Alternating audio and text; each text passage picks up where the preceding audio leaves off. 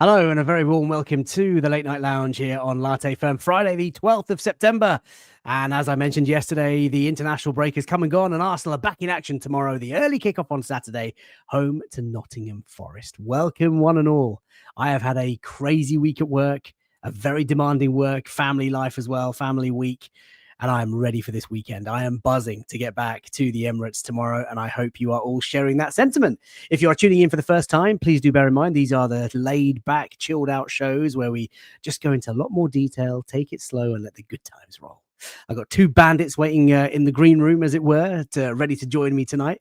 And I want to hear all your thoughts on the forthcoming fixtures this weekend. What are Arsenal going to do against Ange Postecoglou, who is now back in the Premier League?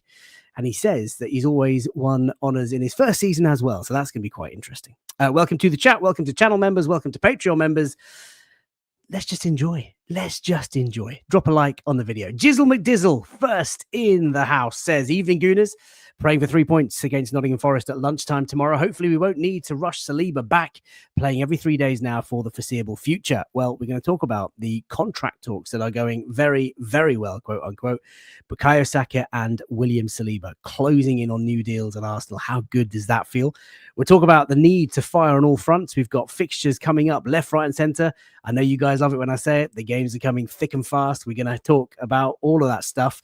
And then we'll look ahead, of course, to the weekend's action. Might get the takes of Wayne and Yem on some of the international appearances that we've had this week because it's been a really good week.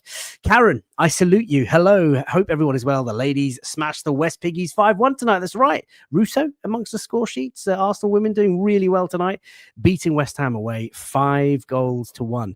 Welcome, Karen. And I say, Karen, it's great to have you on the show. As so many familiar names, I just want to say thank you. You guys have been here since day one, tuning into every show. And I love the fact that you're here and joining us on this Friday night. V Vlad's in the house. Good evening, guys. The Arsenal are back. We get to see Eza tomorrow. International break felt so long. Come on, you Gunners. I know the international break is frustrating, right? We had a summer without any football. Then the 3 games came and then all of a sudden a 2-week gap. Now, we can't knock people for wanting to play for their countries, but it does ruin the flow somewhat. I completely get what you mean. Met is in the house. You beautiful man, says evening all. Hope everyone is well. Sending some heart emojis. Talking of beautiful men. Henko is also here. Hello, my good sir. FK and chat. Welcome. Jason W. Ladies with the 5-1 today. Guys to copy it tomorrow. That is, of course, the plan. Dave is here. Evening Gooners. Feel like the next 3 games are going to set the mood for the season. I'm buzzing, Dave. I am absolutely buzzing, and I cannot wait for it tomorrow. Hank is excited as well. Emirates is going to be rocking. Get another 5-0. That would be great. Salams to Amir Al-Zahmi. Thanks for tuning in. Really appreciate that as well. Good news. Of course, I am late. We're just going to call it late firm. How about that? That's what we're going to do. Paul James is in the house. Lots of lovely greetings. Thank you so much. Really appreciate it. Shorov's here as well. Am I the only fan who doesn't care what the score is tomorrow, says Paul James, as long as we win? Yeah, of course. Good news. Thank you for the hoodie. It is hoodie season, isn't it? The temperature's dropped. It's getting colder. Certainly in London, it's getting wetter. And yeah, I decided to wear a hoodie. Oh, Paul's in the house. Paul, welcome to the show. Just a quick shout out to 3 Patreon members today. Matthew Simpson, Adrian, and of course Paul, all coming to the Emirates tomorrow. You managed to get tickets through the Emirates group, through the Latte Firm group chat on Patreon. Looking forward to seeing you all in Block 9. Pazza the Cat, Adrian there, he's going to be there. Canterbury Gooners, Snack Check is coming up right up. So let's do that. Let's bring in our rascals. Rascal number 1, Yemerechi Eza. How are you, my man? I'm all right, mate. How are you? Mate, I'm exhausted. I'm not going to lie. I don't know where I've had the energy for the first few minutes of this show. You're breaking up for... Ooh, I think you're breaking up, Fives. I think it's you. I think it's you. Can you hear me now? Yeah, chat. Let me know. Is it me or is it Yembele? Mate, I've had a difficult week. Work is slamming me. You didn't have that difficult a week because obviously we went out, didn't we? And you. Well, we had to go out for some food. I mean, man's got to eat, right? Otherwise, I'll just wilter away. My God, the amount of consumption, the meat that we consumed. What a meal it was. We went to Ilford, the Ends. What was it called? Monster Burger. Monster Burger. We went back to the Ends where we grew up. It was sensational. If anybody is in and around the East End of London, head over to Ilford. Monster Burger. There's your free shout. Rump steak and chips. Unbelievable mushroom sauce. And we had the Holy Bacon Burger, which was unreal, mate, honestly. And they accidentally put cheese in your burger. So you must have had a very enjoyable evening when you got home. Oh, I had a fabulous evening just to round off my evening. I was disappointed at the end when I saw it, and obviously later on I was even more disappointed because that's, it was Yeah, Mr. Lactose intolerant. Good news. Welcome to the show. Says, really enjoyed your session with the Canon podcast. That's right. I had to step in for Alexander Moneypenny. He, of course, is sick this week. So I joined our good friend Rohan Jivan. It's out there on the channel feed. Really, really enjoyable show, particularly for the older folk who might have been around for the Invincibles era. Rohan was just interested in my thoughts on a number of old Arsenal players. Mikey, welcome to the show. Let's feel the love, people. Big up our status and proper. Good and proper, sorry. People are so friendly. It's so wonderful to see all you guys here. Look at that. Good evening, FK in the panel. Looking for a much better performance tomorrow. And he says, good evening. So nervous for tomorrow and for every game. So desperate for a title every game. Feels like mad pressure. I know what you mean.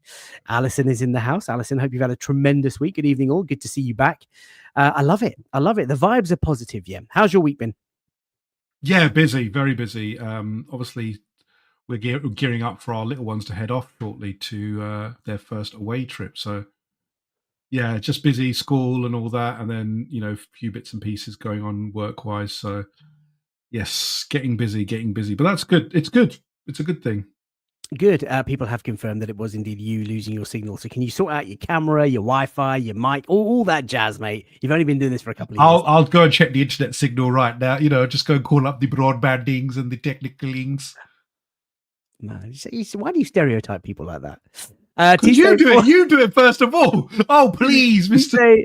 Tuesday4422 says, big ups from 34 degrees, Kansas City. Love to the Latte. I can't do 34 degrees. I know. We're talking 34 degrees. We are going to cook. Did you like the thumbnail, eh? Skipper? I did. Fresh haircut. Oh, I love it. I can't wait. He looks like he's 10 years younger, doesn't he? He looks like he's like 15 again. I know. Tell me about it. Manny K, yes, we are in Ends. Well, we both live in Woodford, but near Gants Hill, near Clay Hall, near Ilford, Seven Kings. We know it, mate. Chester's Chicken, Seven Kings. Oh my God, that's where we used to hang out quite a lot. We used to. Indeed. It is a TNT sports game, says Asheen. Our record under TNT coverage isn't great on the Saturday morning, but we are going to put that right because my gaffer is going to deliver against Big Ange. What else? Vlad says need to sort out the snack check too. We're going to do that in a second. Adrian, welcome to the show. Evening FK, evening Yem. Mosquera Monster Class incoming. We'll talk about the team news and the lineups and get your predictions as well, chat. So stay active, keep the chat coming, and let's bring in Mr. Wayne. How are you, Wayne? I'm good, thank you very much. Looking sharp, mate. Have you Odegaard inspired you? Did he? Yeah, I'm trying to follow after the skipper himself. I saw his haircut. I was like, yeah, I need some of that. Well, mate, I mean, I at least recognised. You didn't recognise that I had a fresh trim and fresh buff today, but hey, listen that's a daily occurrence for you, really. I'll never know. I'll never know. True, mate. Listen, I got to buff it in the morning. You feel more aerodynamic when you're, navigating through sort of traffic and footfall on the streets of London. Yeah, mate, you got to look sharp, feel sharp. Well, welcome to the show, Wayne. How's your week been? Yeah, all good. You feel that rain on your head this week because that's what a lot of it has been, although one of us here doesn't seem to have got the hoodie memo because, yeah, I'm feeling the cold a little bit. Obviously, in Buckingham, lets us down every week. No. And Fies will know why. Palace over there. You will know why, Fies, because obviously my room is what has always been and is always will be an oven, effectively. Mate, that doesn't sound like a me problem, bro. It sounds like a you problem. No, but that's exactly so. The hoodie game. Listen, well, I'll tell you what. It's great to have you on, Wayne. Great to have you on Yembele as well. Let's get the snack check out of the way. I am feeling absolutely stuffed tonight. I went to see my folks after work, after swimming, and I basically had I didn't have a 3-course. I had a 3-course main. We've all been there. Just having mains 3 times. Mum went all out Yembele. Chicken curry, spinach curry. What else is it? Mushroom bhaji, dal. Oh, the mushroom. Mate, what is the mushroom? Was it straight mushroom bhaji or mushroom and broccoli one your mum does? No, just mushroom and potatoes. Absolutely. Your mum's mushroom, broccoli, and thing is. Yeah, it's unreal. It's unreal, to be fair. So yeah, I'm proper full. But let's see what everyone's snacking on, guys. Let me know your snack check. Hundreds of you already tuning into tonight's show on YouTube. Please do drop a like in the video and let me know what you are snacking on. And we're going to go to some of the people in the chat. But let's kick things off. Wayne is the last to join. You can be first to divulge. What are you having tonight? In honor of international break, in honor of 4 Arsenal superstars in the England lineup with who was it? Eze, Madueke, Madueke, and Rice in that first game. In honor of England's new favourite son, Noni Madueke, I have gone very English tonight for my snack check, and I have toasted myself some crumpets. Put a bit of cheese and butter on there. Ew. Crumpets and cheese in honor of England and Noni Madueke. Mate, that is a solid snack check. I am not gonna lie. And did you put some nice sort of fresh butter under the cheese, or is it just butter and cheese? Yep, a little bit of butter. Oh, you make me so proud, Wayne. You make me. You eat that crumpet, mate. You enjoy that. Here's to you, Noni Madueke. Indeed. Dave says tonight his snack check is a yuzu lemon Jaffa cake. They're great, he says. I had to pop out today to get another packet. Did the first pack in one go. Dave, one go. And he's having his second packet in the same 24-hour period. Dave, you will not sleep tonight. I've not heard this one. Yuzu lemon. Yeah, I've not heard the yuzu lemon once. I have to try it. Well, there you go.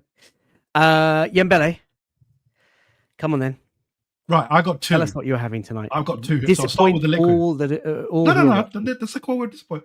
But I don't know if Wayne's had this at all. But, Wayne, my fellow Mirinda drinker, I found the lemon Mirinda. Oh my God, the worst flavour of the lot. I don't know. For God's sake. I have no idea. There's Mirinda orange. There's Mirinda strawberry, which is a reasonable backup. My man had to go and get a Mirinda. I don't know. I'm going to try it now. There is a very nice apple one, red apple one I've had. The red apple very one. Nice. Even that would have been nicer. Hope he chokes on it. Hey, it's pretty decent actually. Right. I'm saving my second crumpet in case he really lets us down here. No, I won't let you down. No. Bring the crumpet back on. It's not even a snack. No. That's a liquid. Look, I just wanted to try it. The second one is the Marks and Spencer's best ever eclair. I've not had this yet, and What eclair? What eclair? It's called our best ever eclair. Look, is it just basically a box of one eclair? No, it's 2, but they're massive. I'm going to get it out. I'll show you. I'll just get it out. Why did you not drop one to me, man? I could have done with some dessert. What do I look like? You're a damn delivery driver. We did last time. Kartik, as you tuck open into that, Kartik says he's having samosa with chai. Tim is having a California burrito. Yembele's making all sorts of facial expressions. What's happening? Well, I'll show you why. Look at the amount of cream on the side of it. I've got to get this. That looks good. I can't lie. Wayne, I think you might have brought himself back in the game. Here we go. Hold on. I've got to get this. I've got to do this delicately. I've got a plate here. Oh my God. Dan's in the house, says, evening, fellas. Paul Singh's enjoying some Dubai chocolate tonight. Oh my days. Wait. What have you Let me just put this one away. No, I haven't dropped it. No. Do you know how much this costs though? £6 for this thing. Yeah, you've been ripped off there, mate. Saw you coming. Ben says I made pad thai. A snack check for Manny. Healthy one tonight. Huge fruit bowl. Good for you, my man. Go on, Yembele. Elegant, as always. Oh. Nah, ain't the best ever. It's good. Ain't the best ever. Why do we bother, Wayne? It's because it's not got like orange champagne flavor cream in it or something like that. That's they're why ordinary. Like it. Do you know what I don't like? Do you know what it's keeping it ordinary? It doesn't taste any different from the normal ones. As in, there's loads of cream, lots more chocolate, but it's nothing differentiating it from the normal one. As Karen says, she loves crumpets. Paul James says hazelnut croissant and a nice cup of tea. Hazelnut croissant, tremendous. If any of you guys like the chocolate-filled croissant or the almond croissants at Pret, they are available in all reasonable supermarkets, especially when they're on offer at like 50 pence each. You bake them in your own oven and your house smells like a bakery. It's absolutely sensational stuff. Paul, you've inspired me. Alison is having M&Ms. Good, solid choice. I like that. Cheese on crumpets, says Jizzle McDizzle. Jizzle McDizzle, come on. Let's not. Come on. Let's not. Come on. Nick is having. I take this back. I take it back. What the heck? What? Whoa! It's got something in the center. I didn't see this. No, it's got something. What? It's got chocolate. It's got more chocolate in the center. Okay. Okay. Raphael, welcome to the show. Says Wayne is bringing the heat tonight. I don't know what's happened to Yembele. I think his head's on Mars, mate.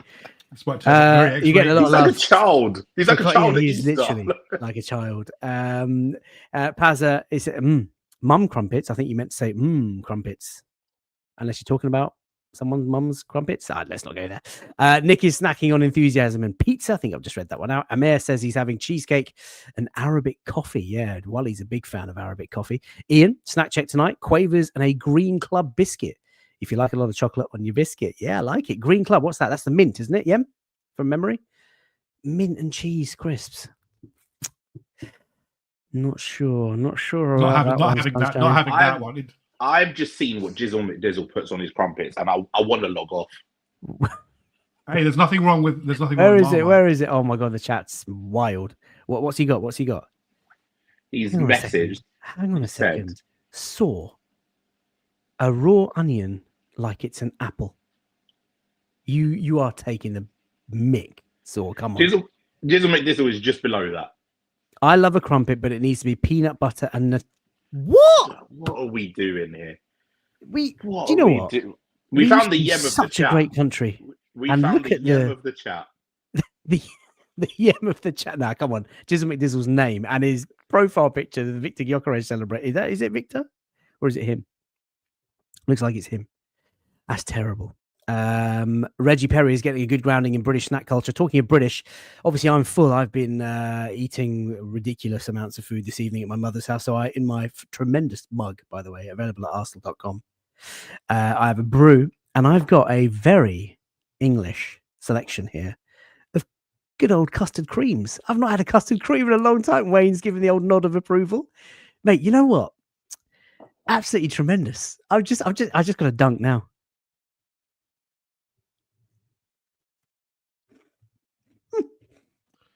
The royal family would be very proud of us tonight. This is a proper royal family. Like it is Jubilee time. Do you know what we should do? The live stream when it's like a Jubilee or something of us eating British snacks. We would, the king would approve. People aren't approving. People are brutal tonight. Mint and cheese in the bin. No. Soggy biscuit, says Ray. Snickers crumpet. It genuinely is a Snickers crumpet. Peanut butter, Nutella, and a crumpet. Nah, can't have that. Could it work? I'm intrigued. No. I'm intrigued. That's not how you eat custard creams. OMG. Is it not? Do you not dunk it into tea and eat it? Does Ray open them? Ray, please enlighten me. Custard creams, classic biscuit, Snickers ice cream, says 433. Welcome to the show, 433, brother. Hope you've had a great week. Biscuits are the best. Karen, you and me. That's what I'm talking about. Awful biscuits all round. Thanks, Ben. Appreciate that, mate. Right, let's talk about football. We've been going on long enough. So if you are tuning in for the first time and you've been watching and you've been used to the daily grinds, you're probably already switched off by now. But if you're still here, as hundreds of you are, please do drop a like on the video. It's a massive help to the channel. Really, really grateful for all the chat, all the activity, Patreon members, channel members as well. So let's tuck into the content. Tonight, as I said, we're going to talk about Saliba, Saka, the fixtures that are coming up, international friendly performances, take your questions as well. And then, of course, look ahead to Nottingham Forest. So, yeah, they are top tier. They are absolutely top tier. I know you always got me, man. You got me. And yeah, AP says I dunk all biscuits. Has Ray responded? Keep an eye out, chaps, yeah? I need to know. He's responded already. He's bring back John West. He's responded already. I think. Yeah, a couple of messages above AP. I think you eat each side first, then the middle. Eh? You mean no. bite, and then the middle, or does he mean? No, I think he breaks it. So you eat like biscuit. No. I'm not 8 years old anymore. Cream. Come on, Ray. Ray might be very young at heart, but they are a top tier biscuit. Right, let's get away from Snack Check. Let's give the people what they have come to see, which is, of course, Arsenal content.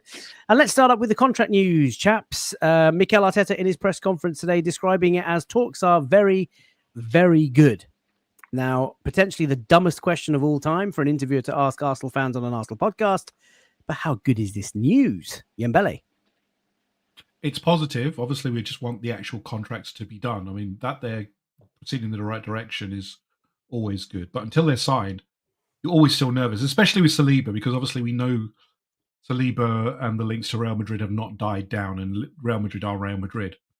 But you want them done as soon as possible. But that they're progressing, that there's no hiccups so far, fingers crossed, is good news, and it keeps the positivity going about a very good window, both incoming and outgoings. In terms of we got all the outgoings out, who we wanted to, but then getting all the contracts done. We did Ethan, we've done Gabriel. You just want to round it off with obviously Saka, who is probably our best player overall, but then William Saliba is not far behind him, and that if you tie him down for 5 years, as has been muted, you're tying him down for the best years of his career, really. And Gabriel Saliba are the best pairing in the world, I think, defensively. I don't think there's a better one there.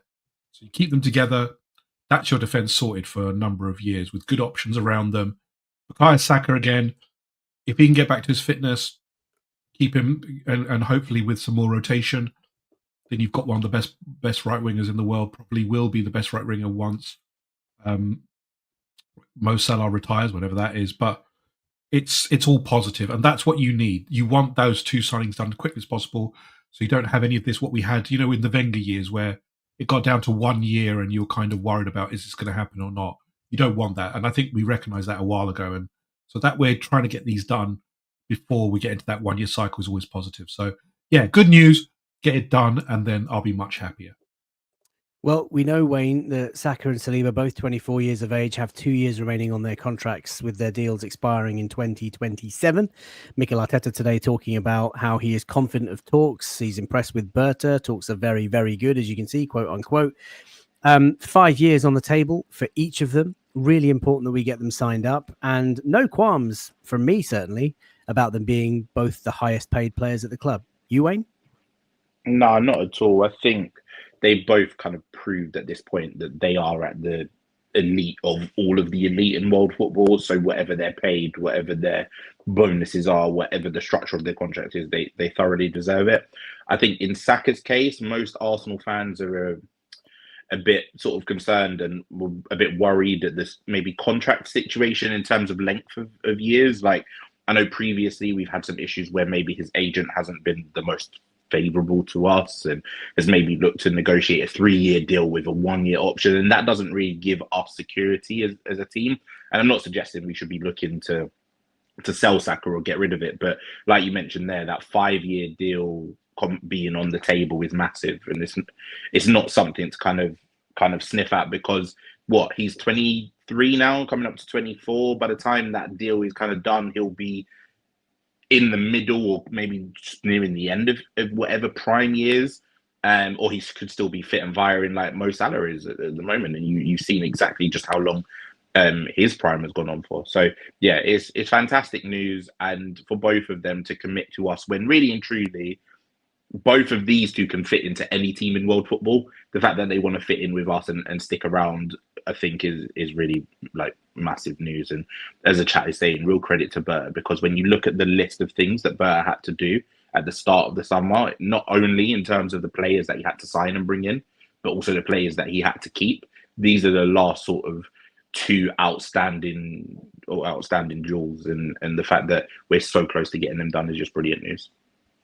Yeah, listen, obviously the news hasn't been confirmed yet, but I did spot our good friend Han of Arsenal today quote tweeting a Liverpool fan saying that, I think the Liverpool fan was teasing Arsenal with, they really think they're going to sign Saka and Saliba, maybe even insinuating that Liverpool were going to nab one of these two. And then Han of Arsenal quoted it as saying, say it with chest, because I will be seated when it's announced. And I think he's very confident that this is going to happen. Andrea Berta, again, what can you say? This guy is just coming up to the end of his probation period. Presumably he's passed that with flying colours. And if he can nail these two down over the next few months, that would be fantastic. And listen, there is going to come a point, chaps and chat, that, we've cobbled together this squad. Every player in this squad is so highly likable. At some point, we're going to see players that we really like and we've got an affection towards leave the club. If neither of these players sign these deals, then I guess it makes next year quite uncomfortable, and it makes next summer particularly unattractive. But let's hope that the club get these deals over the line. To sign them up for 4 or 5 year contracts will be a sensational statement, not only to the fan base, but also to the other players at the club, but also other clubs in football. There's lots of chat about Saliba being sort of club trained and not homegrown, all that sort of stuff. I don't know the technicalities, the ins and outs of it, but I just want him to be at Arsenal. Thank you for that. Really appreciate it. Let's get back to the action. So listen, the Barclays is back. Where were we? I did a show with Clive Palmer of the Arsenal Vision podcast just a couple of days ago about his sort of early takes on the 3 games that we've had this season, what he's seen, what he's liked. Just to kind of recap, refresh, opening day victory at Old Trafford against Manchester United in a scrappy game, Wayne, winning that 1-0, but an important win because it's always been a traditionally difficult ground for us to go to. Then, of course, a swashbuckling win against Leeds United, Victor Gyökeres getting off the mark, 5-0 victory against a newly promoted Leeds. And then the game of chess, which was settled ultimately by an extraordinary free kick by Dominic Szoboszlai, but frustrating for us because we came away from Anfield, despite a good first half performance and other moments, with 0 points. Wayne, what do you make of our start to the season so far? Is it as good as you would have sort of wanted or hoped in terms of points return, or could we have done better? You always could have done better, and I really think that there was an opportunity at Anfield on paper to go there and win the game, but obviously that's just us talking about it and that's just looking at it on paper. The reality is Anfield is probably the toughest away stadium to go to for any team at any time of the season. So obviously you want to go there and win. You don't want to go there and lose. But as I've said many times on these shows, and as I've said, and as I will continue to say throughout the season, you want to look at the corresponding fixtures and the points totals in comparison to last year. And although we lost to Liverpool, we are in a better point situation from the 3 games corresponding to last season, because obviously we beat Manchester United, and that was a really big game on game 1. I think the first set of 3, really and truly, you don't want to win all 3 of them 5-0 and peak so early. You got players, especially like Gyökeres, for example, who came in late, is still easing himself into fitness, and I'm hoping that after this international break, you'll start seeing the best of him. We were buying players and bringing in players until very late, so we've not had an opportunity really to see our best 11 on the pitch yet. We've had injury issues with Saliba and Saka, and I'm sure I'm forgetting someone else as well who picked up a knock at some stage throughout. Odegaard went off in that Leeds game, didn't he? And we've not really had sort of the rhythm of our best 11 on the pitch yet. And even against Nottingham Forest, we won't have Saka there, or we shouldn't really have Saka there in that position, and probably not Saliba either. But we will be as close to our best 11 as possible. So I think all things considered, like, it was not a bad start at all. Yes, I'm a little bit concerned by some of the lack of creativity, but I'm okay to look past that at the moment because, like I said, we've not seen the creative players really in full flow yet. We've not seen as a start with Odegaard, with Saka, with Madueke, whoever it might be. I think the real positive from the first 3 games is there's been a distinct, not necessarily style of play or style of attitude, but there's been some tweaks to our setup. There's been some tweaks to how we play. Declan Rice isn't getting as high and in the box as he was last season. You're seeing more attacking from our left back, which has really brought out the best. And I think Calafiori, who's probably been our best player to start this season, and I've been really impressed with him. So all in all things considered, probably like a solid 7 out of 10 start. But now after this international break, you really want to start seeing more chances created, more sort of consistent patterns and going from there.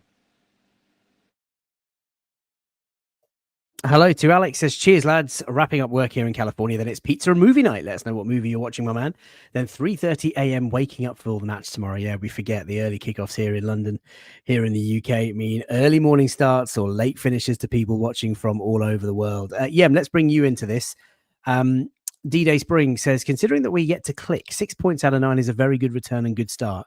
My question to you is around performance. We've had a couple of sort of shows. Sorry, James, I've just read your message. Brilliant show, FK. Thank you, James. Really appreciate it. We've had a couple of comments in the chat where people have talked about being disappointed about the level of performance. Is that a concern for you so early on in the season, or is it just about racking up the points early doors? Again, like Wayne, you have to look at the games we're playing. So United away, always a tough one. So you can't, even if United aren't as good as they were, so you just want to get the result and get out. Yes, I would have liked to see a bit more against United, but again, getting the 3 points was my main concern there. Leeds, I think we saw a performance. First half an hour was difficult, but we got through, and I think we saw a performance. I thought it was a very good performance. Liverpool, again, it's like United. When you play these big six, you just want the points. It's not really the performance that you're caring about. And it's very hard in these games as well. When you've got up against quality players, you're not, Liverpool weren't that great either. So it's when you've got two elite teams, it's very hard for one to impose unless there's a deficiency. And you're talking about the two best teams last season and what looks to be the two best this season. So tomorrow is a bit of a litmus test for me, because I do think even with Nottingham Forest doing as well as they did last season, I would want to see a little bit more from us. But again, you have to draw the context. It's the start of the Premier League season. It's been a disrupted one because you've had this international break. You've had players at Club World Cup, all of this kind of stuff. But for us, again, we've got some players bedding in. But I would hope to see something tomorrow that I say, yeah, I can see the grassroots of some good performances coming. Because again, at the start of the Premier League season, it's just about results. We've seen it for years and years. You kind of start slowly, peak into the mid part of the season, and you hope to keep going. So, as Wayne said, there's lots of positivity. There's things to be positive around. There is still work to do. We can see that. We're getting used to Gyökeres. We're getting used to, we'll have to get used to Eze as well. Even though Eze is a class player, Premier League proven, you're going to have to get used to where he positions himself, how he positions himself. Pierre Nketiah again. All of these players will need time as well, but it's positive. And the one thing is that with the depth we've got, for the first time in years, we can actually make changes that will have a meaningful effect. For years, we've had this kind of, we'll just throw players on and it's just to refresh the players, but they're not really impact players. For the first time in a long time, I think we've got true impact players who will change games defensively and offensively, which is very positive. So I'm positive for the season. Tomorrow, though, yeah, I'd like to see just something there, because there are reasons to be cheerful, but you need to see them on the pitch. Well, we'll talk about tomorrow's game towards the end of the show and what we think is going to happen, lineups and predictions, and we'll get the chat involved, of course. But that is how the start of the season has gone for Arsenal. Of course, the games are now going to come thick and fast. Wayne, bringing you back in. Really important that the Gunners need to start firing on all fronts. We've got a squad stacked, as Yembele's just said, defensive options, forward options. Next up, of course, Nottingham Forest, but we do have Champions League football. The boys travel to Spain this week for that game against Athletic Club Bilbao. Then it's Manchester City in the league, and then it's off to Port Vale in the Carabobbins, which, Wayne, I know you love. But listen, jokes aside, really important that Mikel Arteta uses the squad that he's gathered and put together with Andrea Berta this summer. Really important that we rotate well and keep legs fresh and try to go strong on all fronts, Wayne. Yeah, it absolutely is. This sort of stretch of 4 games is going to come often in sort of different batches throughout the season. So we need to kind of get used to probably seeing 2, 3, 4, even 5 changes. Obviously, the Port Vale game is going to be an aside, because you imagine we'll make wholesale changes for that. But it wouldn't shock me if we started the game against Forest with the likes of Madueke starting and Mosquera starting. And these are the games where, if you think back to even last year, 2-3 seasons ago, Arteta would be forcing Saka on one leg to be starting against this Forest side. He would be forcing Saliba with an injured back to be starting against this Forest side. And we're in a situation now where he doesn't have to do that. So I really hope he takes advantage of that and takes on Madueke's confidence and his form and the fact that he's played quite well for both club and country, and just keep Saka away. Let him take a breather. If you have to bring Saka back against Manchester City, I think the majority of Arsenal fans will be happy with that. Mosquera was probably, for me, man of the match at Anfield. There's absolutely no reason to bring Saliba back and rush him. You can bring him back in Bilbao, maybe give him a couple more training sessions, or again, think ahead to that Manchester City game and go all out for that. Because yes, Manchester City, Liverpool's, the big 6 games, you probably want your best 11 for those games, but we've got a squad of at least 11 players that can go and put in a very, very good performance against Bilbao, against Forest. And it'll be really interesting to see how we navigate that, because I've said time and time again, not only is it important sort of for freshness and for the legs of the players, you want to keep all of these players engaged. You don't want the players on the bench to be sulking or upset, or when they do have to come in after sort of 3-4 months of the season, they're completely rusty because they've had no minutes at all. So you want to see the likes of Trossard probably start against Bilbao or something like that. You want to see how we can rotate in midfield with Norgard coming back from his injury, what kind of minutes he can get. And it doesn't even need to be from the start. Giving these players 15, 20, 30 minutes at a time is going to be important as well. And I think Arteta's done a good job so far this season of making regular substitutions. But I'm hoping that over the next 4 games, we see like at least a start for everyone. And what I mean by that is Nwaneri getting a start, Miles Lewis-Skelly getting a start, Trossard getting a start, Martinelli getting a start, and all across the pitch, just keeping everyone active and engaged and part of the squad. D Spring, sorry, to cover you, says we should be winning all these games once the coach rotates the players well. I believe Martinelli, Trossard, Nwaneri, Norgard, Marino, Dauman, Miles Lewis-Skelly, and Capier White Kepa are all solid for Athletic. They're all solid and Athletic, maybe. I don't know. But I think all of those players are solid to use against Bilbao. Oh, right. Athletic Bilbao. There you go. Right. So thank you for that. Thank you, Wayne. Appreciate that. But listen, the squad is stacked. And we've talked about it over the summer on the Daily Grinds, where I think this summer, what they've really done is we've added quality and depth, but we've kind of brought the floor up closer to the ceiling than ever before. You know, we've had graphics on screen in recent sort of late night lounges where we've looked at two players in each positions. And you've got the level of competition there. You know, you think about it. Raya and Kepa, White and Timber. You've got the Ministry of Defence with Mosquera and Nkapie and Calafiori and Miles Lewis-Skelly and Saliba and Gab. I mean, monsters at the back.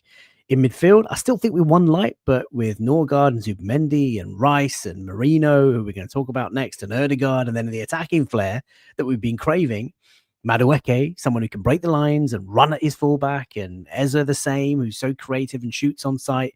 The gunman up top with Kai Havertz used to come back. And one of you was saying earlier, we played at Anfield.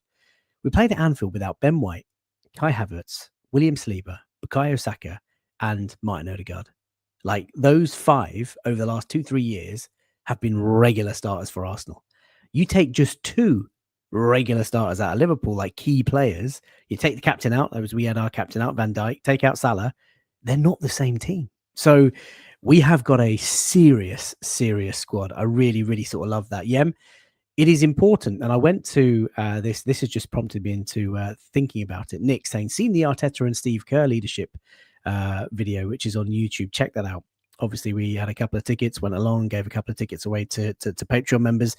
Fascinating insight of an event. And actually, it reinforced, that Mikel Arteta is still really raw and young in terms of his managerial career. Like, he's in his early 40s and he sat there on the stage talking to an NBA, talking about his sort of approach to leadership and philosophy with an NBA legend, Steve Kerr, who's at the other end of his career. And like, Arteta still has things to improve on, and rotating is one of them. Yeah, but I think a lesson's been learned from last year, which injuries devastated us in terms of our ability to compete. And we competed very well in the end. Look, let's not understate. We still finished second. We limped to second, but we got there and made the semi-finals of the Champions League. But I think it taught him a lesson that, I can't really, I need to have a squad capable. As you said, the ceiling and the floor need to have you can't have that disparity between the ceiling and the floor. But as well as that, I need to be able to rotate those players to, as Wayne has put it really well, keep them fresh, keep them engaged, keep them, active and fit so that when they do come in, they're not coming in cold. And I think that's one thing. And so far, so good with him in terms of that rotation. But also, he's been very cautious. Look at the William Saliba one. Although there's still debate over whether he pulled up in the warm up, but 5 minutes in, he said, "Look, when William Saliba rolled his ankle, they said don't even try bothering." Years gone by, we'd have said, "Look, can you get to half an hour? Could you do this? Because you're our only defender." No, straight out, get Mosquera in because we know he's got the quality. Get on with it. We've seen it when players have limped off. Saka, straight away. In the years past, we would have let his leg fall off before he would have come off. Now, Madueke in, go off as quickly as possible. We're trying to minimize the impact that injuries have. And yes, we've got injuries, but the impact could have been so much worse in the years gone by because they would have been the only players of quality that we've had. So yeah, I think he's learned the lessons of the last few years. I think the board have as well, because obviously they've had to put their hand in the purse, as it was, to fund these. Again, the season will bear out. We'll have to see if it truly bears out. And these 4 games coming are a good test because you've got, with all due respect, Atletico Bilbao, especially with Nico Williams out, you would think are not as strong as they could have been in the past. Manchester City definitely is going to be the big test, but Port Vale as well, rotation. So you would expect, as you've both said, we should be rotating. We should be seeing different teams. Most of the first team squad should be playing. I'd expect like Hincapié to start because there's no excuses with, he's just joined the team. He's got match fitness. All these players are match fit. It's now about getting them in as quickly as possible, giving them minutes, giving them starts, and then, letting them bed into the team and feeling part of the team, not coming in cold like a Jakob Kivior for the past few years where he's been dumped in and then he's had to, fight legend, world-class strikers coming in cold after 10 games. It's not how it works. Very rarely do you find a player who can do that. So yeah, we've got the squad, we've got the capability. It's now Mikel, as you've said, who is raw, but should have learned enough from last year to say, look, I am going to, make sure that these are fresh players. I know who I'm going to play against Bilbao. I know who I'm going to play against City if everything's okay. And I know who I'm going to play against Port Vale. I do not want to see it. I'm sure we all agree here.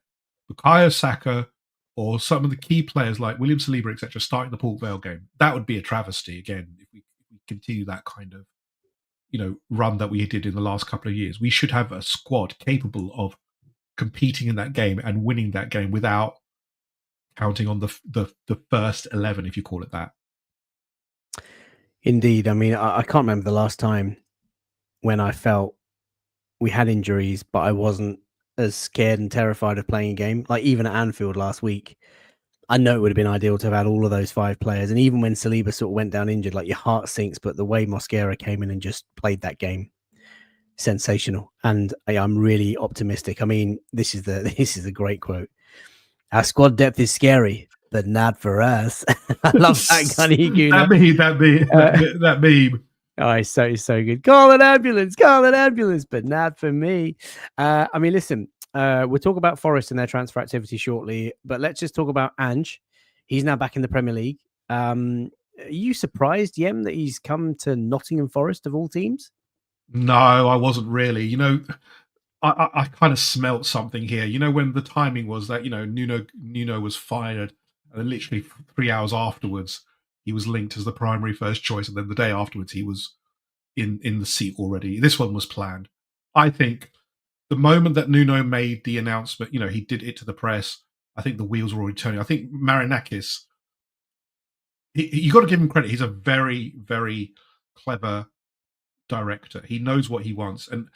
But I think he's had the idea to have Postecoglou there. Again, I'm not saying it's the Greek mafia or something like that kind of feel, but there is something there that he wanted Postecoglou in. He's always thinking forward. And then when Nuno made this announcement, it kind of accelerated the wheels. But I think this was planned for a while because you don't have that quick a jump in the negotiations if you haven't already talked to him. And there was rumours that he's already talked to. It is a departure because you're talking about Nuno was very much a counter-attacking manager who liked to sit his team deep and play on the counter, whereas Postecoglou is a very high press, high line, and that kind of play. So it's very different. And are the players he's got there really built for that? I don't think so. Maksimovic, you saw it in the England game. Maksimovic really did struggle when he was asked to play a high line and actually track back. So it's an interesting shift in philosophy of going from very defensive but counter-attacking with the pace that you've got to a very high line and trying to press as hard as you can because these players are not ready, haven't been trained in the press. But I don't think we'll see it tomorrow. Tomorrow's a really interesting one because Ange hasn't had the time to play with to work with this squad. He's had one training session. So are they going to stick to what they know? Has Ange even coached to that degree yet? It's everything's up in the unknown at the moment, but it's an interesting appointment because I said this as well on our podcast that he won a trophy last season, but he also guided them to the worst finish they've had in years. It's one of those things where I'm just scratching my head going, is this a progressive signing really? Or is it just that you've chosen the quickest one. So it's, yeah, I'm not sure about this appointment. And I don't think Nottingham Forest fans are really there as well. Well, we should have to wait and see, because Angie's back, of course, after that time at Spurs, but he's a very different profile to, Espirito Santo. I want to get your thoughts, chaps, on some of the international sort of performances this week before we sort of wrap up and talk about team lineups and what we think is going to happen in the game. Wayne, Mikel Merino madness. 4 goals in 2 games for Spain. He starts at Anfield. Arteta gets absolutely buried by Arsenal fans and by the media and by non-Arsenal fans, including myself, I must say. I thought Merino was a wild choice at Anfield because I thought it'd be a very flat middle 3. Then the guy goes and smacks in 4 goals in 2 games, and Arteta's like, well, you see, there's a player there. I mean, what do you make of his contribution? I guess for Arsenal over the last 6 months, 18 goal contributions. Since February, since coming in, goals against Real Madrid and Liverpool and top teams, and of course for Spain doing it. What do you make of it, and where do you think he plays? What would you do with him as a coach? I genuinely don't know, because this guy is the least midfielder ever. Like, all of the things you kind of want your midfielder to be good at, he's not good at. But you give him the ball in the box, and he's probably our best finisher. Like, him and Gyökeres are our 2 best finishers at the club, and it's just mental to think that obviously all of the conversations, and not from all of Arsenal fans, but a lot of Arsenal fans and non-Arsenal fans, was, well, you played 3 defensive midfielders against Liverpool at Anfield. This guy is not a defensive midfielder, but the problem is he's not a midfielder either. Like, I don't know what he is at all, and I think. The weird thing is, like, he is better when he doesn't have the ball. He's better when the ball is nowhere near him. But if he has the opportunity to take 1 touch and shoot, or get his head on the ball, like, he's dangerous. He's incredibly dangerous. So yeah, I can understand the reason for having him in the squad. I think he would probably be, him and Trossard, if we're losing or it's like 1-1 or something with like 20 minutes to go, you're looking at the bench. You're probably looking at Trossard and Merino to come on and make a difference. And you wouldn't be surprised if one of them got the winning goal or the winning assist. But I don't know what it is about playing for Spain. It might be the style of play. It might be the way that they use their width. Because if you think about the Spain midfield, we've got 2 of them in Merino and Zubimendi. Like, those 2 started. Obviously, Pedri makes a huge difference for Spain, but Declan Rice is a world-class footballer in his own right. So, like, there must be a difference in the style of play, and obviously, he's probably suits international football a lot more because it's a lot slower paced. Premier League maybe can't get away with it, but yeah, I think we maybe as a squad and as a system, we might need to cater when he does play. We might need to cater to what he's good at a little bit more, rather than maybe as fans expecting him to be an Odegaard type or like somebody who links up play and is more technical in the midfield.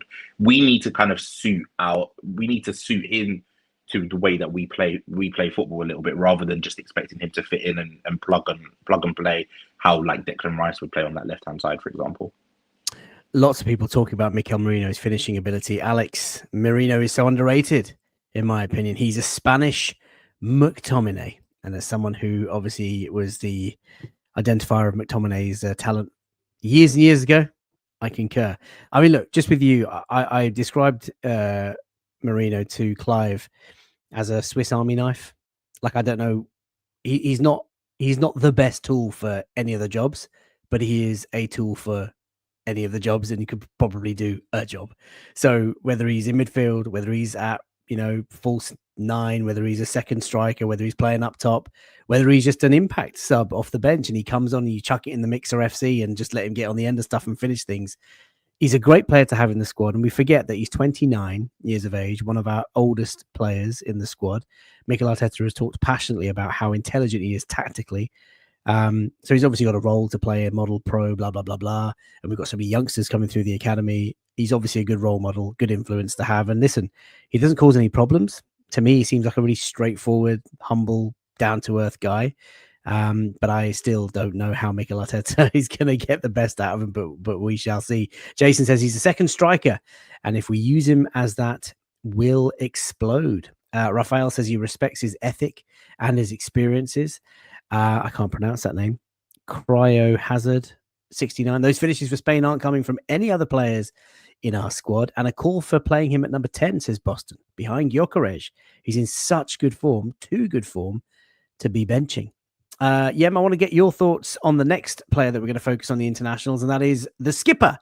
And it's perfect that it's you, because you've had a long on and off relationship with, whether he's good enough, should be better, is flying and is great, and now not so great.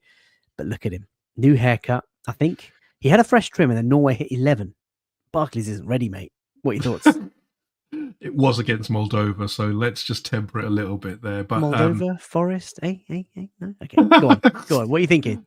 No, it's good for him because, again, obviously he came off in the Leeds game, wasn't ideal. Obviously missed Anfield for the most part, but we need him back. He is the leader of the press. He's the one we're looking for creativity.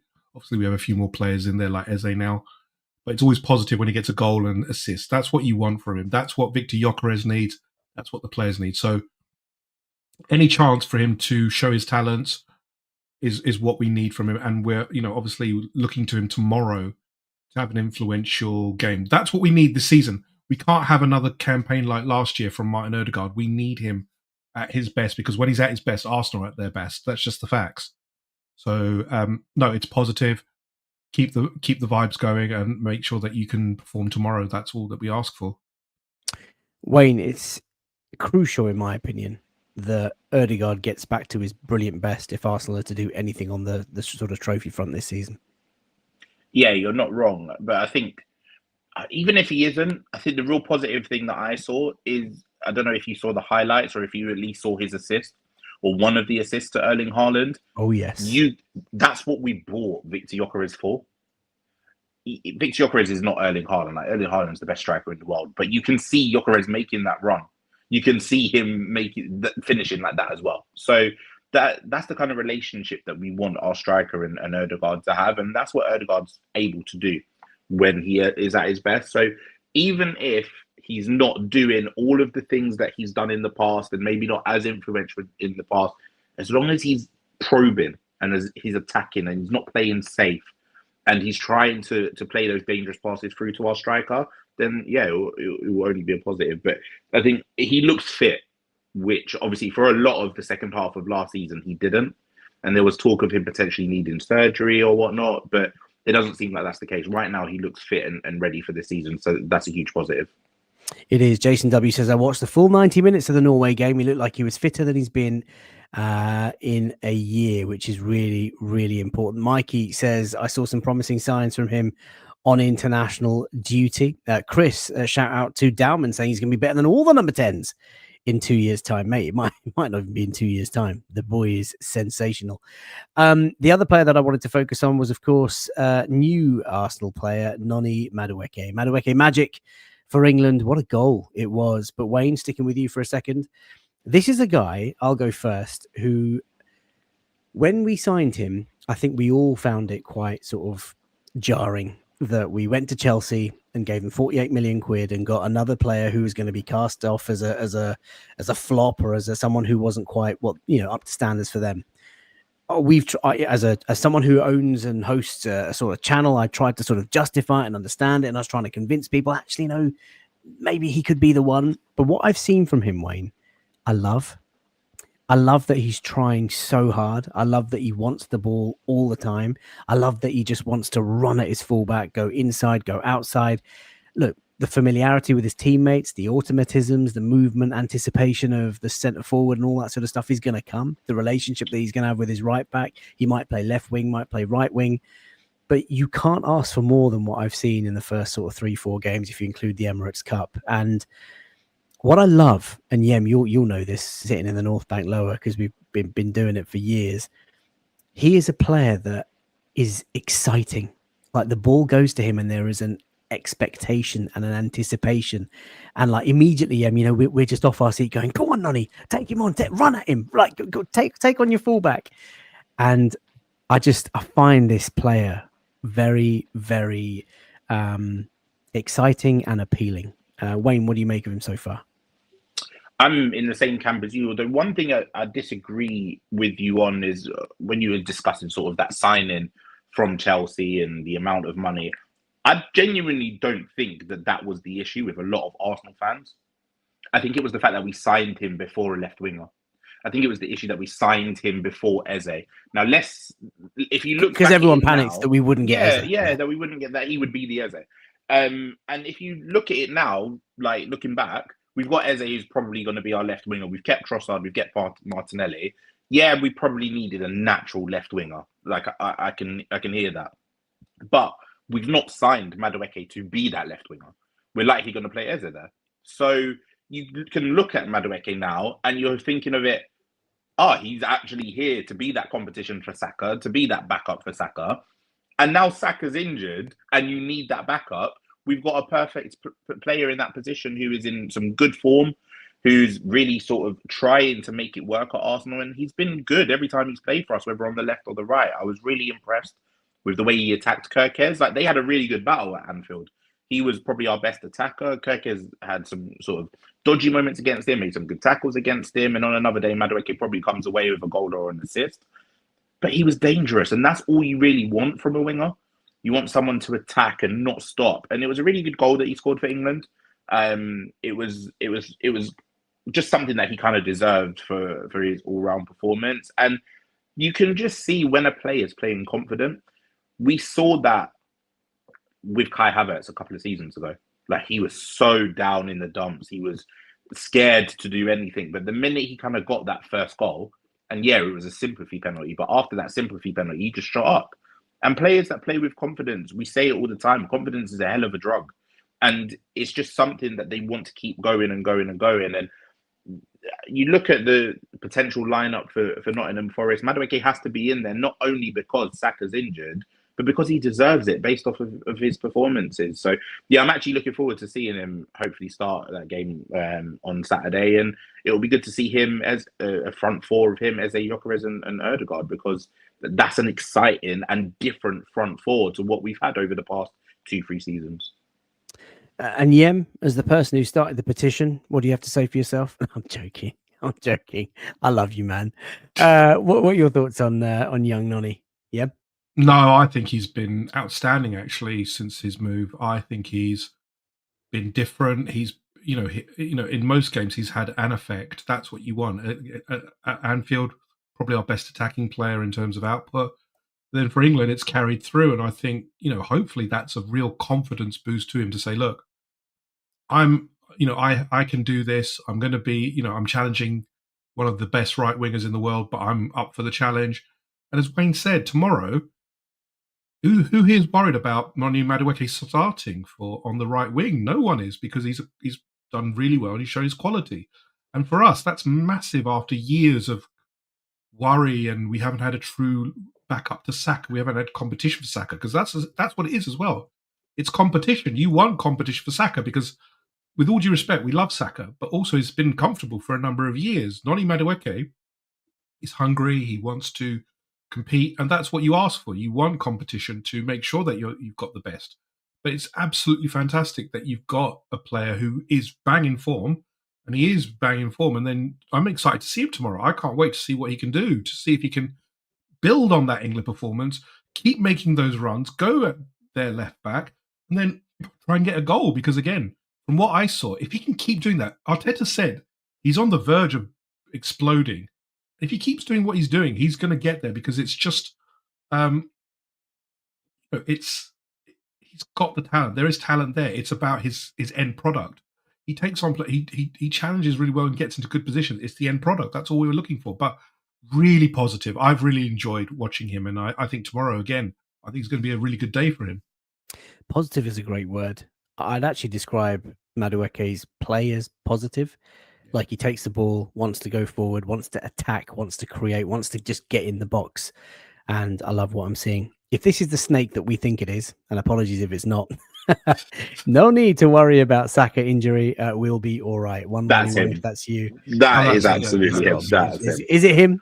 Please let us know. King Cobra. It's King Cobra. King Cobra.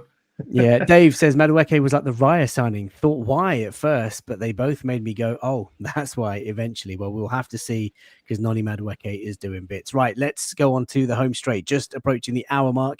If you're still with us, and there are hundreds of you watching live on YouTube, if you're watching for the first time, please do, of course, subscribe to the channel if you're enjoying the content. And of course, if you are watching, as so many regulars do on this Friday night, drop a like on the video. It's a massive help to the channel. It raises the profile of the channel on YouTube, and we've just passed 26,000 subscribers, which is amazing. So thank you so much for all of your support, and of course, channel members and Patreon members.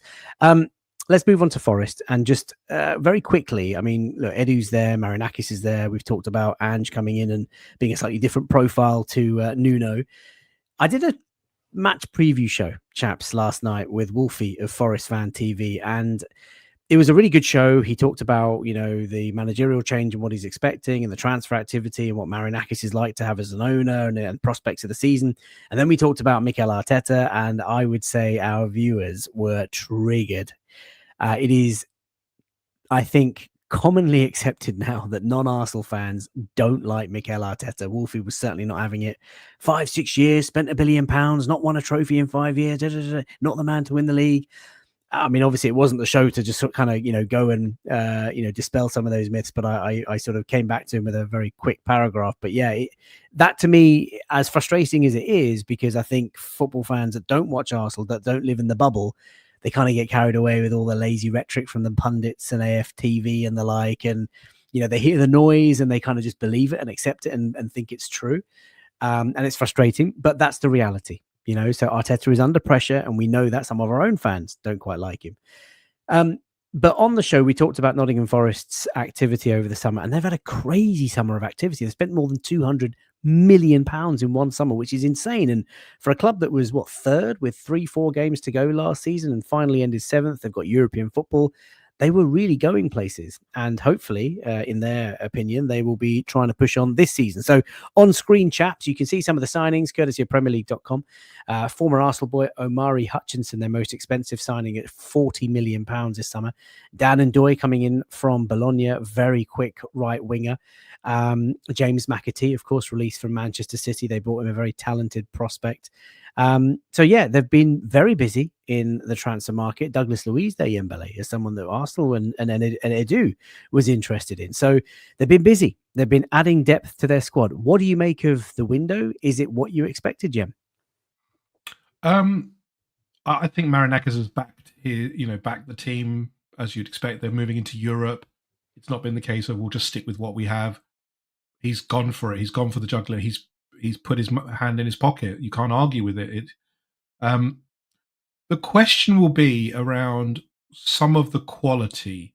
Omari Hutchinson, I think most Forest fans have acknowledged, is quite overpriced at 35 million. I think that was a fair whack to pay on it. I think Ndoye looks very good. Douglas Luiz. Who's his agent? Oh, that's true. Yeah. Eddie's best friend. Yes, obviously. That's the thing. A lot of there is some Kia Jarabchin, Igor Jesus is definitely one of those. I think there's another Brazilian left back that they got. And obviously they also signed Oli Zinchenko, who can't play in this fixture, but he's put his money in the pocket. I mean, you can't argue with that. The question will be, it's a lot of players, a lot of meshing into the team. Will it pay off? Nuno's done very well with a limited subset of tip players for the last year. Yes, they're going into Europe, but your bread and butter is still the league, especially when it's not 100% guaranteed that you're going to do that well in Europe. Time will tell. I mean, Edu's I'm guessing a lot of this is Edu's influence. You can see that there. But as I said in the earlier piece around the managerial change, these are players who were designed for a different system.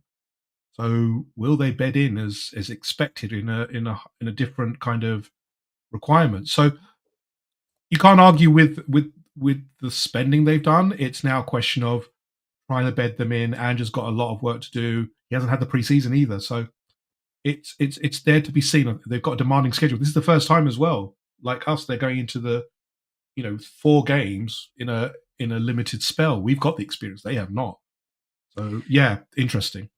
It is interesting, and you could argue that the best piece of transfer activity that they did was holding on to Gibbs White and not letting him go to that lot up the road. Not holding him at gunpoint, holding him at gunpoint almost. Yes, Mr. Marinakis. Indeed. Sheila, by the way, I put your comment up earlier. Welcome to the show. That's a name and a face that I've not recognized before. So welcome if you're tuning in for the first time. Says you can always tell a fan who gets his or her information from Twitter or lazy pundits. You will hear a lot of talk about mentality and nothing on tactics. And I think look, it's easy to do when you're a fan of another club. You kind of don't immerse yourself in the life of the fan of the club that you're going to talk about. And you just forget context and nuance and journey and perspective, and you just go with whatever you see as an outsider looking in. And of course, the headlines are that Arsenal have spent £1 billion under Mikel Arteta, and we haven't won a trophy in 5 years. But it's not like no other club has spent any money in that same time, and there are fine margins. We're going for the Premier League title. It's not easy. Jay Simeone has asked about the team news. I'm going to come on to that in just a second. Wayne, any closing thoughts before we talk about lineups and predictions of the game? Yeah, the big thing for me this summer is I think that, like Yem kind of alluded to there, they've really addressed the amount of depth and the amount of numbers that they've got for a Europa League and Premier League push. The one thing I will say, though, and I disagree with Yem's point that the Forest, the league, is their bread and butter. I don't think it is this season. And I think that Premier League sides in general, if you make the Europa League or you make the Conference League, you've got a very, very good chance of winning it with the new sort of layout, the fact that the Champions League clubs don't drop into the Europa League, the fact that Europa League clubs don't drop into the Conference League. If you're a Premier League club, it doesn't matter who you are, you're better than probably 75 to 80% of that competition. No disrespect to the Europa League or the Conference League, but that's just the reality of the situation. If Nottingham Forest are too good to be relegated, even with all of the money spent or whatever, they're better than at least the promoted sides and a couple of others in the Premier League.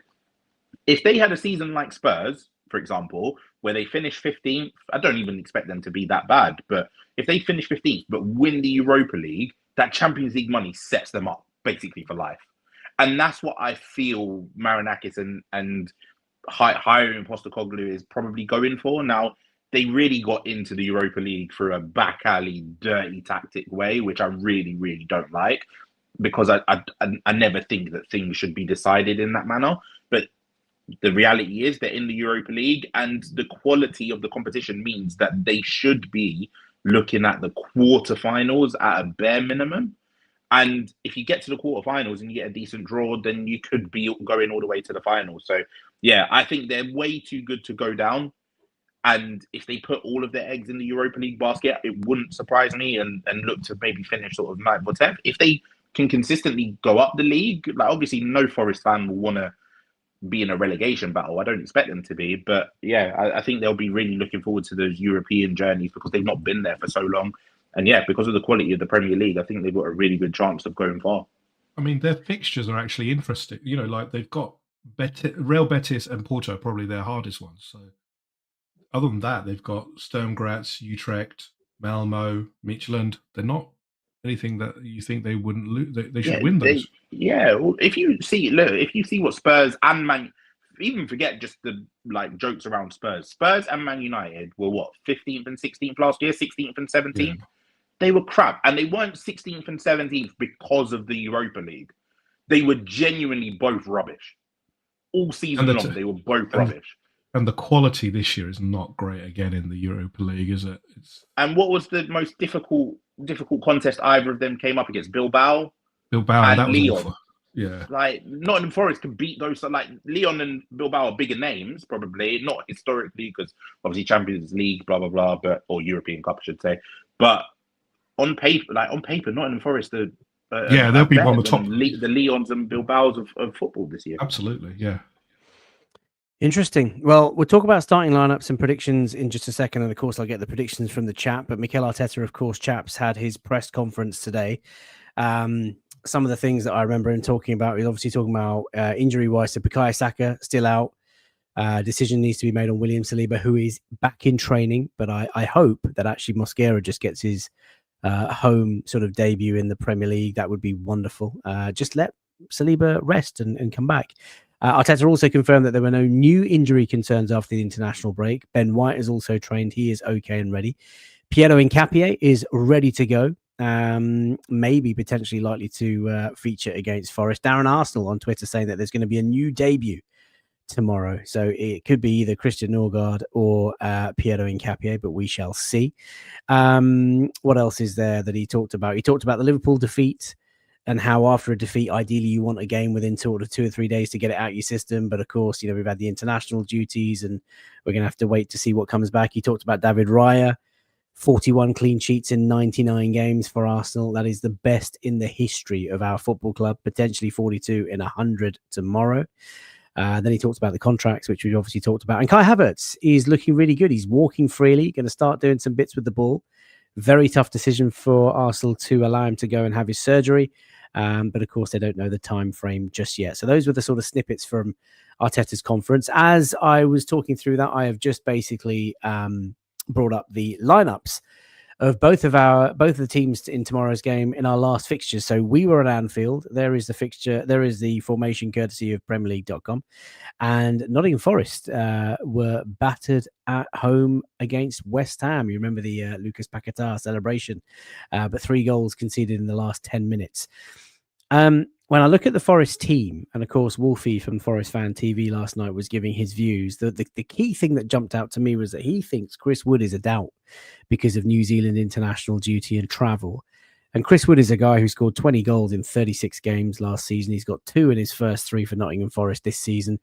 Even if Saliba misses out, Mosquera is there. I was wondering if maybe Hudson-Odoi and Chris Wood would be the biggest threats, with obviously Gibbs-White. And Odoi is quick as well. But Wood not being there, I think, is a big plus for us, if that is true, of course. But Wayne, let's get your first thoughts. I mean, there's the Arsenal lineup. What are you changing? Who do you think the threats are from that Forest side? Well, just on the Chris Wood point, there's been conversations today that Chris Wood is not really an Ange type of striker. So maybe It's Chris just who Wood we are, mate. That's just who we are. But maybe Chris Wood has, maybe not tomorrow against us, but maybe Chris Wood is on sort of his last kind of seasons at Nottingham Forest, or might be phased out. But from our side, I think looking at that starting lineup, I'm going to include Mosquera in for Saliba there, but I would expect only 2 other changes. I think Eze comes in on the left-hand side and Odegaard comes in for Mikel Merino. I think the rest of this side kind of picks itself. And I think the whole of the Emirates will be looking forward to starting with Eze. Eze starting over Odegaard, no, I think they both play together. And I think that that's how it should be, because both of them have the opportunity to feed Gyökeres, and that's what we need right now. We want our striker firing, and Eze looked very good on that left-hand side against Anfield. He looked a threat. So I wouldn't expect Eze a lot to play as the main number 10 this season, but we should see a lot of fluidity across the front line and seeing Eze move central, hopefully see Odegaard drift out to the left, and a lot of overlapping from Hincapié, Calafiori, Madueke, whoever it is on that left-hand side. Nottingham Forest are a powerful looking team, like in midfield and defence especially. They're very physical. So that's where I think in transitions, they'll be able to run quickly with the likes of Hudson-Odoi, with Ndoye on that right-hand side. Gibbs-White is a powerful runner as well. So even if they don't play the high line, which I don't expect and would do so early, I think that they might look to sit back and counter. They've got all of the profiles to sit back and counter quite well. I'm just hoping that we're able to sustain pressure quite a bit and create a few chances and put them to bed quite early. Manny was saying that he doesn't expect Eze to start, but Trossard out wide. I think Eze's nailed on to start Emirates tomorrow, Nottingham Forest. It's a perfect fixture. Nick says he expects Norgard to start in midfield. Darren Arsenal today, who we follow on socials, saying that there's going to be a new debut tomorrow. People obviously linking Piero Hincapié or potentially Christian Norgard. I mean, Declan Rice has played a couple of times in the international break. Zubimendi's obviously been on international duty for Spain. Could Christian Norgard make his debut for Arsenal tomorrow, Yem? It'd be a bit of a risk because he hasn't played for a couple of weeks. So I doubt he would start. That's my personal preference. But Arteta has been known to make these very interesting decisions. I would suspect it might be Hincapié, actually. It might be that, look, we take the load off Calafiori because we know, obviously, when he's loaded, it causes an issue. You've got Miles Lewis-Skelly, who also played as well. So maybe Nketiah, because Nketiah looked really good in the Ecuador games. I know it's Ecuador, but he played Argentina as well. So they're no slouches.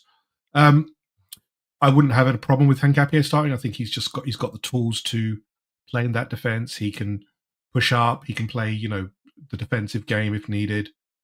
It's interesting. This is the great thing about our depth now. You just don't know, but it's all quality, which is what you want.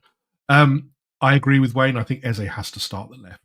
If Trossard starts, that's just to me just saying, with all due respect, Forest are, they're in a bit of a transition. Not starting the season great, and for me, Martinelli needs to be taken out of the firing line a little bit. He looks too under pressure. Eze looked fresh. Can you imagine the noise when his number 10 is announced and you see him? He's exciting. Don't have to imagine it. Last time was sensational, wasn't it? I mean, no, but I know. But when he starts a game, he gets you off your feet. It's like Madueke. Yeah. We talked about Madueke. Can you imagine from the left and right? I see Eze. He reminds me of when Robert Pires used to play. He used to drift into the centre quite often in that kind of vein, and you want that kind of thing because it's just something different. And you want Gyökeres to have that kind of feed of, as you talked about, Odegaard, Eze, something different. And for Forest, it'll cause an issue because, again, their right back is out as well. Aina is out. He's injured. Yeah, he's out for a while, apparently. A few weeks, maybe even 3 months. 3 months, they've said. So that's massive. Good player. Because I don't know who, because obviously Zinchenko's out now. So he may actually have to start Williams at the right back and their new left back as the new Brazilian boy they brought in. That's a bit of a debut to put him against Madueke. So there's a lot of options here, and that's what you want from Arsenal. And for Forest, again, as Wayne said, very powerful team, but they are set up for the counter. It'll be going against Ange quite a bit to do that because obviously, as well, they've gutted the whole coaching team as well. There's no one there from the original coaching team apparently, so it'll be interesting to see. But we should still have enough, even if they play that kind of deep block. This is what you bought Eze in for, what you bought, Madueke in for. This is what you want these players to start. And then you can rotate for Bilbao because Bilbao, with all due respect again, is not the same level as a Forest. It's so exciting. We got to be careful because I think, as I said earlier, Wayne, Nottingham Forest last season, with I think 3 or 4 games to go, they were 3rd in the table, 3rd. And even though Nuno Espirito Santo has been let go of and Big Ange is there, they still have a very, very good squad of players. They've added pretty sensibly when you think about some of the players that we've just reeled off. I don't think it's going to be a walk in the park tomorrow. I mean, if we score first and score early, and obviously, you hope that we batter them, but Forest are a good team, and they have, under Nuno Espirito Santo, mastered the art of sitting deep and catching teams on the break. And I know they've lost Anthony Elanga, but they've got Ndoye, who's quick. There's a doubt about Ndoye, but Hudson-Odoi is quick. Gibbs White is very, very good on the ball. Really lovely end product. And like I say, Chris Wood, if he's playing, then that's a threat. If he's not, I'm more calm about defensively, sort of sent through the center of the pitch, but out wide, they could cause us some damage, Wayne. Yeah, they could do, but any Premier League side really could do. Like this, the way that most Premier League sides set up, they want to be quicker out wide and they want to do their damage, especially against us on the counter attack. I think for me, and the thing that I sadly cannot get out of my head is, why is it always us that comes up against the new manager bounce?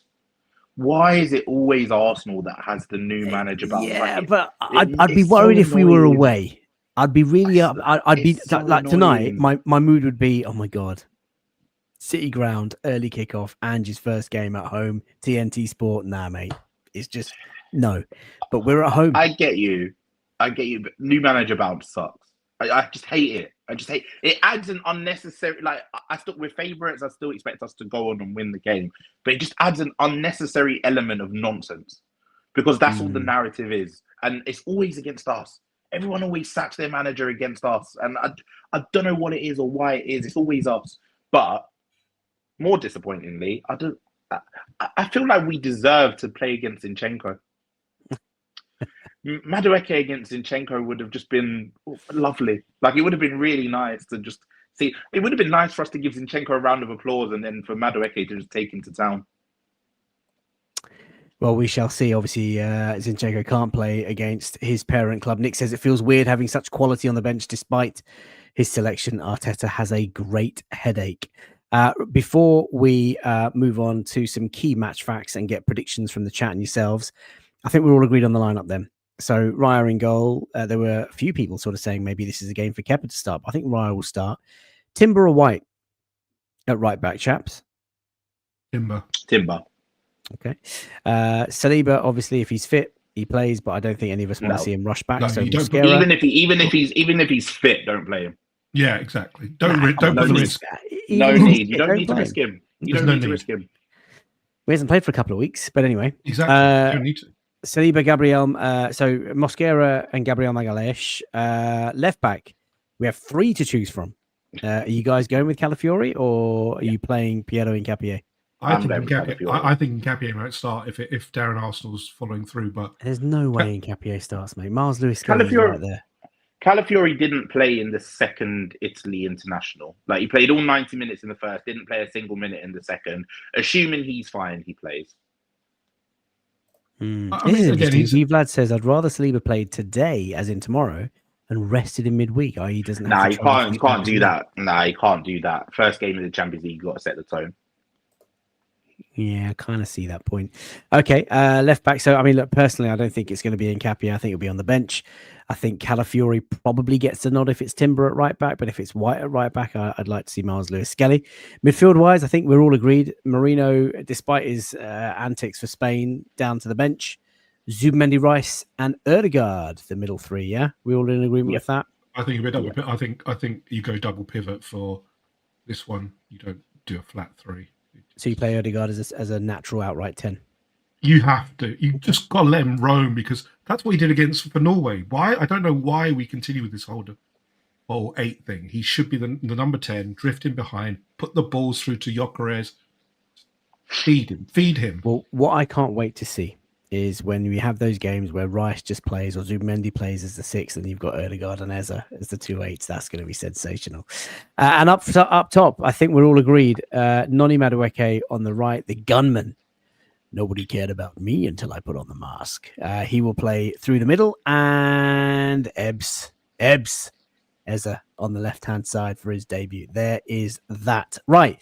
Before we take predictions, a couple of match facts courtesy of the BBC. In all competitions, Arsenal have won their last 6 home games against Forest by an aggregate score of 19-2. In fact, we're unbeaten at home against Forest since 1989. Wow. Was that Pierre Van Hooijdonk by any chance when he played? I don't know. I wasn't born. What a player he was. Pierre Van Hooijdonk. Did you say you weren't born? You were born. 89. Please have some respect. Nottingham Forest have just won 2 out of 16 Premier League matches against Arsenal, drawn 4 and lost 10. Both of those games, both of those wins coming at home. And of course, us losing at Anfield ended a 4-match winning streak for Arsenal in the Premier League. So those are some of the match facts. Let me now ask you both, as I ask the chat, to let me have your score predictions for Arsenal versus Nottingham Forest tomorrow. Wayne, where do you think the game is going to be won or lost? And give me a scoreline. I think the game is going to be won at the Emirates, and I think it's going to be 3-1 Arsenal. Of course. Tell me a little bit more. Are Forest going to score first, or is that going to be mere consolation? No, I don't think it'll be consolation. I think it will be one of those with 2-0 up, like 70th minute, and then they score, and Yem starts getting scared, and his appetite goes, I'm not sure if I want the burger. Do you know what? Game. Can I just come in on that? Yeah, I'm normally so calm. When Yem gets scared, I get scared, and I hate that. It's like, Yem, for flip's sake, can you just calm? Yeah, it was exactly the same when we watched the Real Madrid game together at your house. But everyone was honestly, everyone's chilled, calm, and Yembele's pacing up and down the living room. Yeah. And then no one could eat. We had the food ordered, and then it all got cold because Yem made us not eat because everyone was scared. I made you not eat. You guys didn't eat. I didn't have anything because you scared us all. You scared us all. But yeah, no, I think we go up 2-0, maybe 2-0 first half. Okay. It'll be nice to see Gyökeres get a goal. I really want Eze to score. That would just be amazing at the Emirates. I think they maybe score late, like towards the end of the second half. We get a bit scared. Raya maybe makes a wonderful save, and then we finish it off 3-1. Do you know what? I think it's actually more important that Victor Gyökeres scores than Eze. I think Eze goal would be fairy tale stuff, but I want Victor just to keep pottering along. Another goal, it's 3 and 4, and just keep that sort of momentum. I think if he doesn't score in a game like tomorrow, and of course he didn't score in Anfield, I think the noise just cranks up a notch a little bit. Bush says Arsenal 7, Forest 1. Paul, who I look forward to meeting tomorrow in the North Bank again, says 4-1 to us. Gyökeres, Eze, Gabriel, and Noni Madueke. Vivlad's gone for a clean sheet. 3-0, he says. 2K Dav says Madueke first goal. I can feel it. What else do you feel, my friend? Tell me. I want to know. What other scorelines are coming in? There was talk about predictions. Saw says 5-0 to Set Piece FC. 2K Dav Dave says 2-1 to the Arsenal. Oshin says 3-0 to Forest. Yembele, what are your thoughts? I'm going with the same. I'm going with the same as Wayne, because I predicted it on our podcast as well. 3-1 to Arsenal. I think Gyökeres needs to score. This is I think we're all in agreement that this is the kind of game he has to score in. Because as you said, the noise will just grow if he doesn't Liverpool, you can understand. Big games are very hard, especially when you've not been in the league, But mate, F all of that. If he doesn't score against Forest, play him against Port Vale. Let him get 5, and then no one can say anything. Yeah, his stats are going to read, 6 goals in 4 games. Exactly. But the fact is that tomorrow you'd expect him to get, even if he doesn't score, get chances and get opportunities, because that's the biggest thing. He had no service against Liverpool. If there's no service again against Forest, there are serious questions to be raised about why are we playing with a striker who needs service and we're not providing it? What are we setting up for? Because you've got, if Eze starts, if Odegaard starts, you've got 2 creative players there. Noni Madueke has been very creative as well. So there is no excuse tomorrow. And I think 3-1, I'm like you, I'm going along with what you as well said, Wayne. I think we'll go up, but then we'll concede the goal, and I think then we'll just close it out. I think our depth will change it, because we've got depth that actually has, as you said, Faisal, is a ceiling raiser and a floor raiser. Whereas I think with Forest, they've just bought just to fill out the bodies for the Europa League, rather than is this truly all ceiling raisers and floor raisers? I'm not sure about that just yet. Well, we shall see. I mean, personally, I think if we score first and score early, I think we'll be comfortable tomorrow, and I think it could be sort of 2 or 3-0. I think we'll keep a clean sheet tomorrow. I have faith in this Ministry of Defence.